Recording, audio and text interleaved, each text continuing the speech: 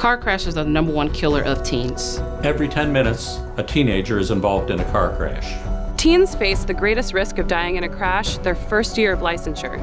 Even good kids, smart kids, are still inexperienced drivers, and they can still make bad driving decisions.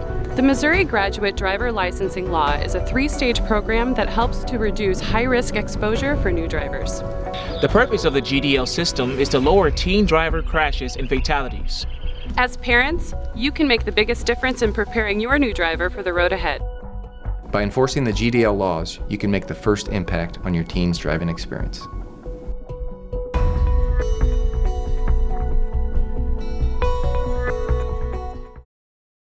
Paige was a wonderful child. I say that as objectively as I can. She cared very much about other people. Very kind young lady, and very social as well. She ended up applying and getting accepted to the School of Journalism here at Mizzou, which she was very much looking forward to. The thing I remember most about her is just her personality and how much fun she had on just a regular daily basis. Just, was very vibrant and very positive.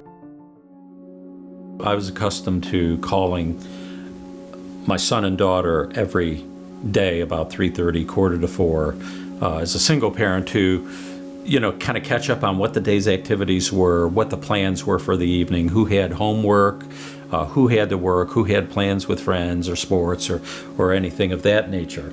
She was driving, and her brother and her boyfriend at the time were in the vehicle behind her, and she reached for something in her car or was distracted by something that dropped on the floor. She was apparently trying to get to her phone, went off the right-hand side of the road, started down into a ditch, clipped a mailbox, overcorrected across Route K, and started to go off that side, and then overcorrected again into the path of an oncoming car, which crashed into the side of her car.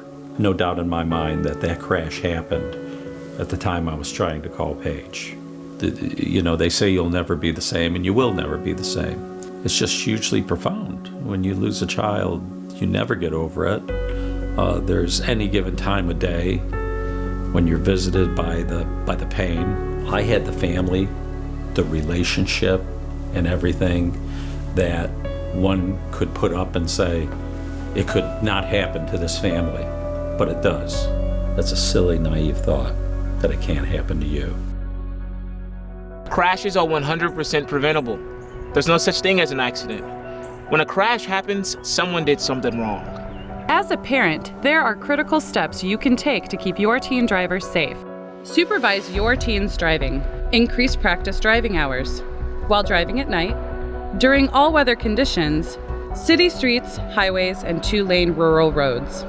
It's important for parents to drive with teenagers different parts of the day, because there's going to come a time where a teenager is going to have to drive at night, in the daytime, snow, rain, sleet. So if they're just used to driving daylight with the weather conditions it's going to be hard for them to adjust when it's snowing and dark outside. Limit distractions. This should include limiting passengers, not using a cell phone, and limiting nighttime driving during the first 6 months of independent licensure. You have the cell phone, and we see cell phone usage so much out there on the highway. We have all seen it. We've gotten behind somebody that we think, oh, this is a drunk driver, this is an impaired driver, and we pull up beside them, or they pull off and we see they were on their phone the whole time. And it can be very discouraging, especially when you try to go out and educate the public that all of these crashes are preventable, and the #1 leading cause of car crashes in Missouri is inattention. Discuss driving responsibilities and consequences. It is also a good idea to create a written parent-teen driving agreement that states your family rules and the consequences if they are broken. I think it's important to have a GDL contract because it defines that bright line. If you cross that line, then these are the consequences. So there can never be the thought process of, well, I didn't know, or I was just doing this. If they know these are the rules and this is what's going to happen if they break those rules, there's no ambiguity there. Model good behavior. Parental role models are key. Teens observe how their parents drive and mimic those driving habits. Always wear your seatbelt. Don't use your phone. drive at safe speeds, and don't drive while impaired or distracted. You can't tell your teen, hey, don't text and drive, and then turn around and pick up your phone and text and drive, because they're gonna see that. And that teen may look at that and say, you know what, mom and dad's doing it, it's okay for me to do it also. Setting an example is the best thing you can do. If you're an adult and you're on the phone and you're texting or you're doing this or that, what do your kids expect that they should be doing at that time? That, I think, really is the biggest influence. For too many Missouri families, the impact of a teen driver's split-second poor decision will stay with them forever.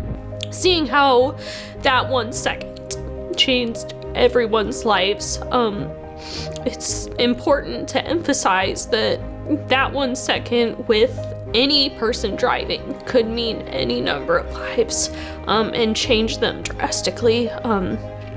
So it's really important that, you know, every second matters, and every second you have to pay attention, because you don't know whose life that can change. And the worst part about it is, once it happens, you know it can happen. And you ask me what the aftermath is? The aftermath is the fear that it can happen again. Together, we can change statistics on teen driver fatalities and heartbreaking stories of loss. Together, we can make the first impact on our new drivers by preparing them for the road ahead.